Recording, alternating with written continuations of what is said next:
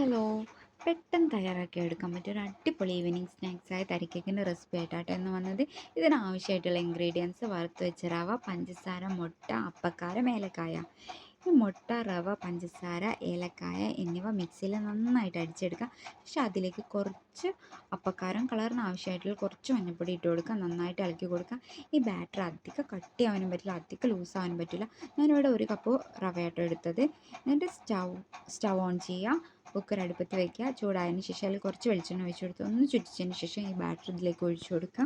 ഒരു മൂടി വെച്ച് നന്നായിട്ട് അടച്ച് നമുക്ക് ഒരു മിനിറ്റ് ഹൈ ഫ്ലെയിമിലും ബാക്കി ലോ ഫ്ലെയിമിലും അങ്ങനെ 15 മിനിറ്റ് വേവിച്ചെടുക്കാം.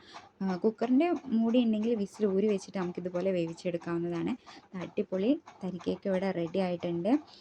എല്ലാവരും ഇഷ്ടപ്പെടും, കുട്ടികൾക്കൊക്കെ നല്ല ഇഷ്ടപ്പെടും. എല്ലാവരും ട്രൈ ചെയ്ത് നോക്കുക.